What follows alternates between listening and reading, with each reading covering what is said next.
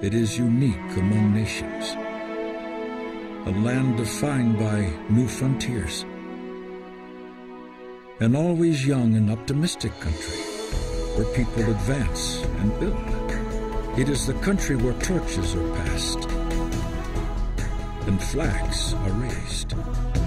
This country is not about standing still. Its people are the products of dreams and the makers of dreams.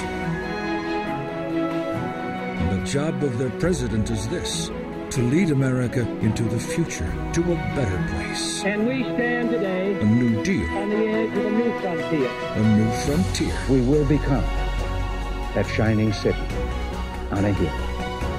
At this moment of promise and uncertainty, America seeks a new kind of leader to meet a new generation of challenges. This is the story of Governor Mitt Romney. And everyone that I've talked with here this morning says that the first 6 months of his term will be critical because they are dealing with a tremendous budget deficit. I don't think anybody fully appreciated how bad the situation was when the governor took office in January. We had in Massachusetts unemployment of about 6%. We had thousands of jobs leaving the state. If you said Massachusetts was in trouble, it's an understatement. Massachusetts was in crisis. Just 4 years ago, Massachusetts faced a ballooning $3 billion deficit. But the man the state chose to meet this crisis had experience turning things around. Mitt Romney was a businessman and business strategist who had helped start hundreds of businesses and fix broken ones. He turned around and saved a 1,000-person consulting firm that was on the brink of bankruptcy. He then went to the Olympics, which were in terrible shape.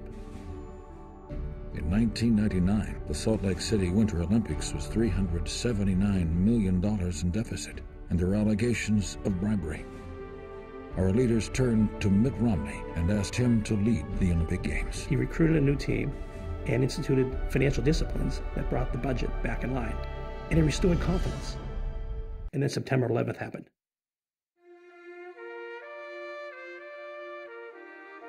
And the Olympics were scheduled 3 months after September 11th.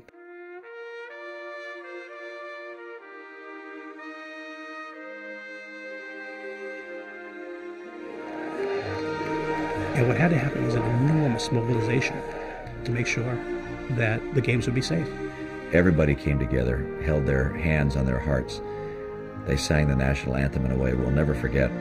Those are some of the great moments of the Olympics, and they inspire us. They lift us up, they make us feel better about ourselves, and they tell us what America's future is going to look like. Thank you. Want to hug you all. Love you. Good night.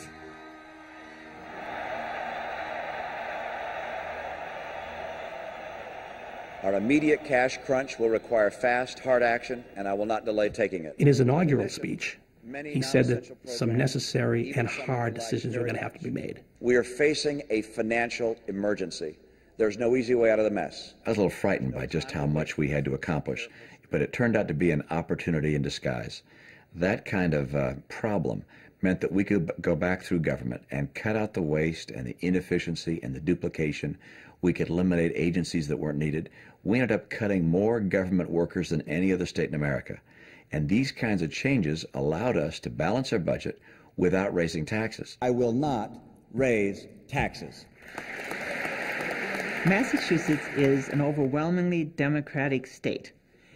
To have a grown-up in the corner office, somebody who doesn't let the children play with our tax dollars, is a major asset. The retroactive capital gains tax, that pretty much would have wiped out our economy. It would have sent out a message that we were completely nuts here. And he stood up and stopped that retroactive capital gains tax. I'm not sure anybody else would have or could have done that, and I think that's one of his biggest achievements. We have a $1 billion surplus. We're creating jobs. Matter of fact, we're up 45,000 jobs from the low point. I'm proud to report that the state of the Commonwealth is strong and growing stronger. Massachusetts is back. What I like best about Mitt Romney is what you see is what you get. He's a straight shooter. He tells you what's on his mind. I've been with him many, many, many years, and I've seen him in many, many tough situations. And he's always said what he means and he always does what he says. I agree with 3,000 years of recorded history. I disagree with the Supreme Judicial Court of Massachusetts. There's been no greater battleground for the definition of marriage than Massachusetts. Marriage is an institution between a man and a woman. Governor Romney is a man of faith and principle. He has certainly left a mark in holding the tide in Massachusetts for traditional values. Mitt Romney cares, and he is fearless. I know that he is a man of compassion. He is a man of integrity. The kind of character that he has and the concerns that he has. He believes in family. He's always wanted to know what was going on and how he could help. Probably the toughest part of my experience in the last 4 years has been speaking with and meeting with the families who've lost a loved one in Iraq or Afghanistan. On one occasion, standing next to an aircraft as the casket was lowered out of the airplane, and standing with the family as they weep and looking up into the terminal and seeing people look out those windows with their hands on their hearts, and to know the pain and the suffering of those families as they've lost a husband or a father or a child. That's the toughest part of the job. And yet it's a responsibility that I feel honored to hold. Massachusetts can be the first state in the nation where every one of its citizens has health care coverage. You know, shortly after I was elected, an old friend of mine, Tom Stemberg, the founder of Staples, came into the office and he said, "Mitt, if you really want to help people, you'll find a way to get everybody health insurance." And I said, "Tom, you can't do that. I don't want to raise taxes. I don't want Hillary care in Massachusetts." But I put a team together. He said he was going to think outside the box. Republicans and Democrats, really bright people, worked for over 2 years. And he and his administration made a proposal that was very much outside the box with regard to creativity and just plain old ingenuity. And we came up with a program that gets everybody in our state health insurance that they can afford without a government takeover and without new taxes. The smart money would have been betting that it wasn't going to happen. I guess they were wrong. How unusual. It's a tough job to be governor. There are people pounding on you and beating up on you from all sides. But Governor Romney remains calm throughout all of this angst.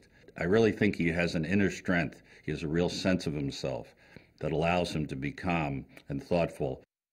Children always watch what you do more than what you say. And I think they've watched their father serve in many ways. I'm very proud of my husband and the kind of role model he's been to my children. I think the most proud. Probably the toughest day in our life was going to the doctor and finding out that Ann had MS. I knew something was seriously wrong.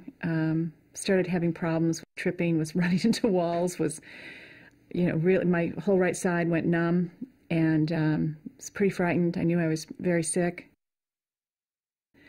I think there were days that were worse than others. There were some days I couldn't get out of bed at all.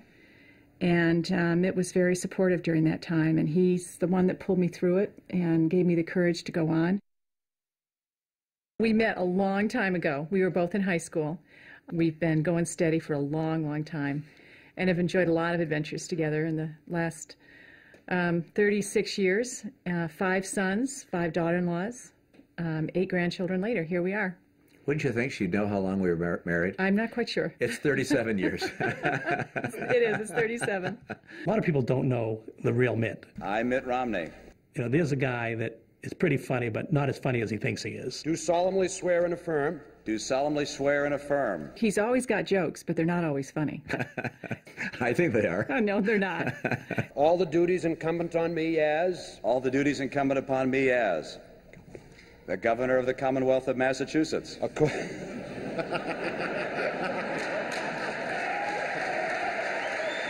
He's quick. To use a Massachusetts term, he's wicked smart, okay? He's not just sort of smart, he's wicked smart. He's pointed, he questions, he wants to see data. He's one of those guys who can absorb a ton of information very quickly, and within that, find the 2 or 3 things that really matter. He paid attention to the business of government and got it done. Governor Mitt Romney has left this state in a better place than it was when he came in. I think Mitt Romney's always going to look for ways to give back.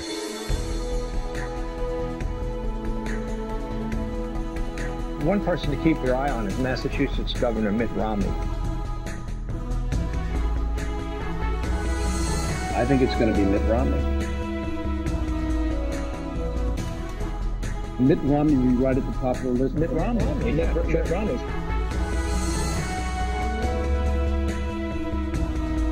Mitt Romney, I think, is a winner. It may be McCain against Romney sooner than I think.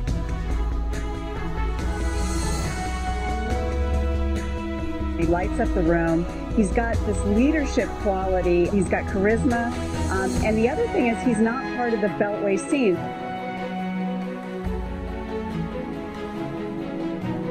Mitt Romney has made enormous and surprising progress.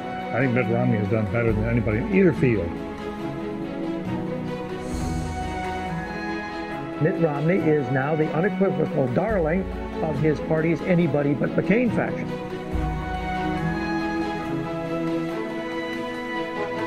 He's a really impressive guy. He's sharp. He's well-spoken. So he's somebody that I keep an eye on.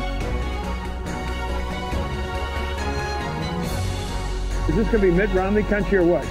I think it could very well be, Chris. I mean, he has started early. He's organizing. He's reaching out to lots of different people. He's got religious conservatives. He's also got party moderates.